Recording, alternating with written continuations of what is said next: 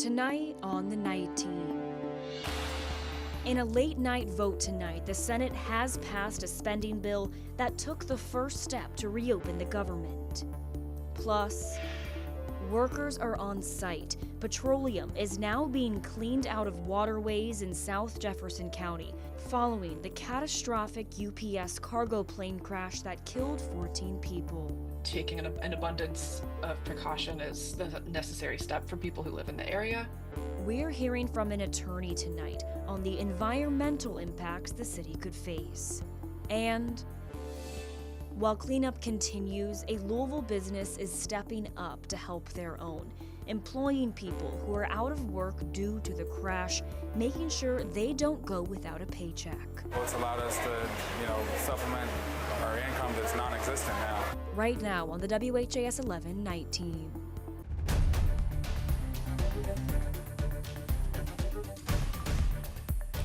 We begin tonight with breaking news. You can see the live view of the Senate floor right behind me, where just 10 minutes ago, the Senate voted to pass a tentative spending bill to reopen the government. Thanks for joining us here on the Night Team. I'm Alex Dieterer.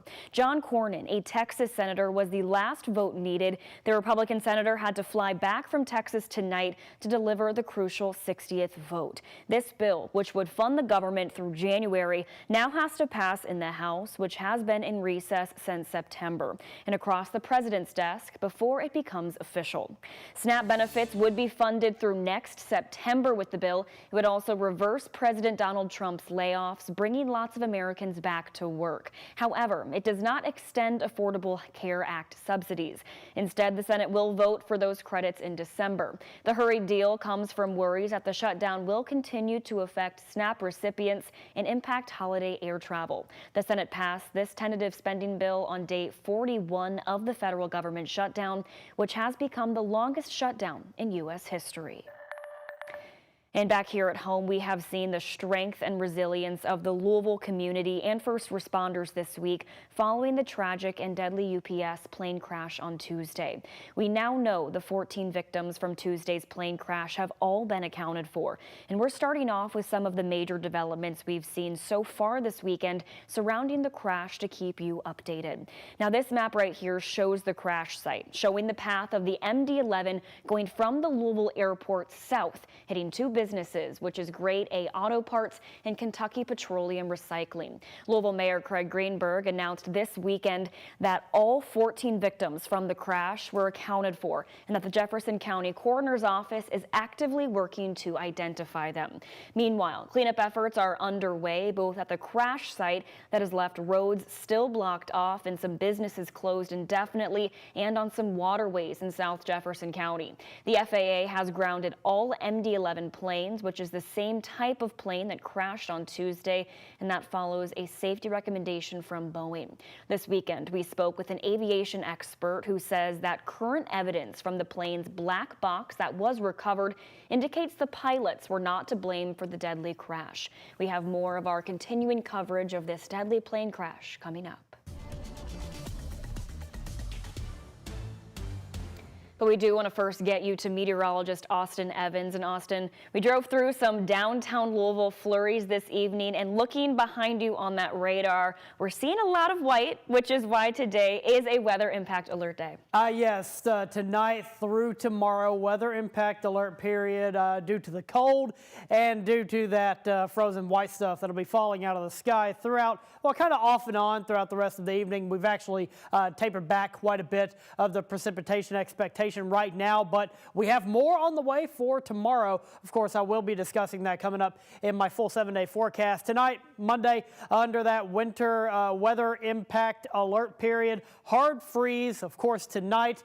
Tomorrow's not going to be warm by any means either, and it's going to hard freeze again tomorrow night. So just you take the necessary precautions, detach the garden hose if you haven't already, and bring in your pets, again, if you haven't already. It's a pretty nice night, though, out there from our Jeffersonville camera, brought to you by First Savings Bank, part of the Shriners Children's Hospital Camera Network. We're at or below freezing in a lot of places already, and it's windy out there, so it feels a lot colder than that measured temperature. Here is the wind speed up to 17 miles per hour in Louisville, gusting up to 25 miles per hour in Louisville. We do have some snow on the way tomorrow. I'll get into what you can expect coming up in my 7-day forecast.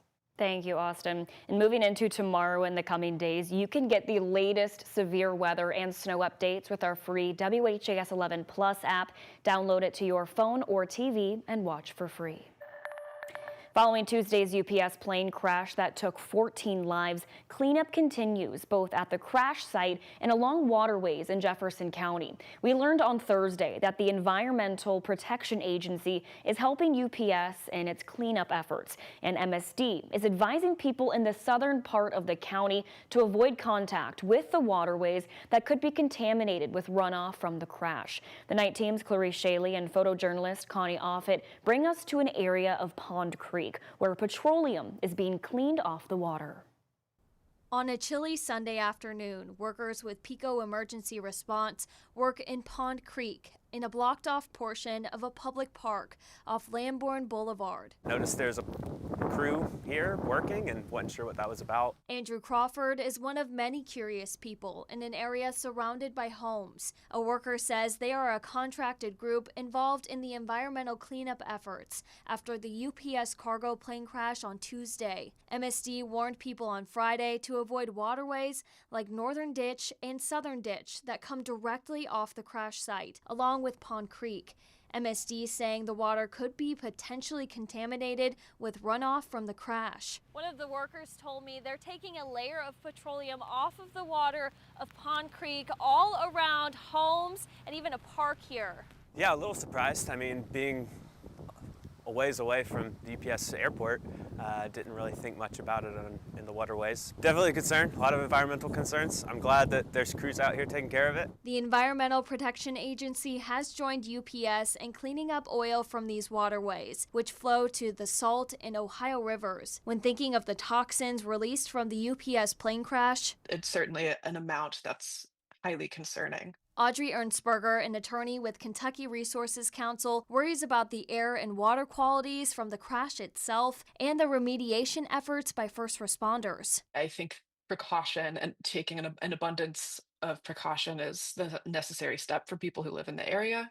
Avoiding contact with northern and southern ditches, especially in Pond Creek, and keeping pets away from that area is really important. Her concerns lie with the EPA on environmental and public health risks. What is the scope of contamination in terms of how far it has actually migrated? A question investigators are working to get the answer to. Ernstberger remembers the lives lost and honors the brave work of first responders, while hoping the protection of lives in the crash's aftermath are ensured. Off Lambourne Boulevard, Clarice Shaley, WHAS 11 Night Team on your side. The Kentucky Resources Council also says that problem areas should be communicated to the public and test results made accessible as a part of the remediation efforts.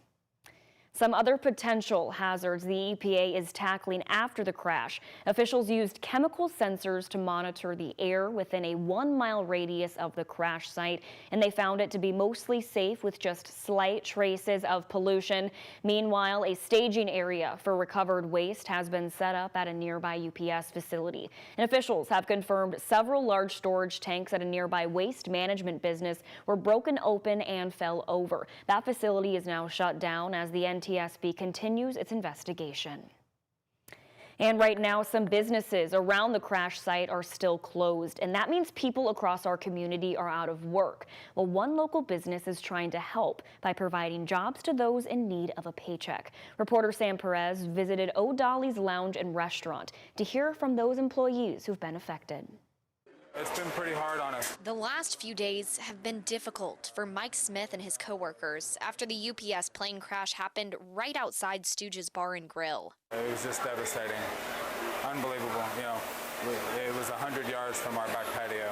And now the restaurant is still closed with a reopening date unclear. We've heard rumors and rumblings, but we don't have any idea. It means 43 employees are out of work without a paycheck as the holidays approach. While Stooge's doors are closed, just down the road, a neon open sign shines at O'Dolly's. The owner of O'Dolly's and the owner of Stooges are mother and daughter, so the daughter has helped out and let some of us work over here. Smith says it's helpful for his team. Well, it's allowed us to, supplement our income that's non-existent now. We see bad every day, but there's still a lot of good in this world. David Atwell visits O'Dolly's every Friday with his friends, but this weekend he came back with his family to show support for staff. I think people are opening their hearts. The very next minute, you don't know what's going to happen. It makes me feel great, makes you realize how much people care. That care making a tough time just a little bit easier. In Louisville, I'm Sam Perez, WHAS 11 on your side. The community has also raised more than $7,000 for a fundraiser started by Stooges owner Debbie Self, who says it will go to help employees and their families. Right now, one major unknown concerning the crash revolves around the amount of accountability UPS can be expected to face for this disaster. A class action lawsuit has already been filed against UPS on behalf of the people and businesses impacted by the crash. Kentuckiana attorney Daryl Isaacs says that if UPS faces any consequences, it could lead to greater safety measures going forward. I'm always reminded of the Payne Stewart, which was so horrible.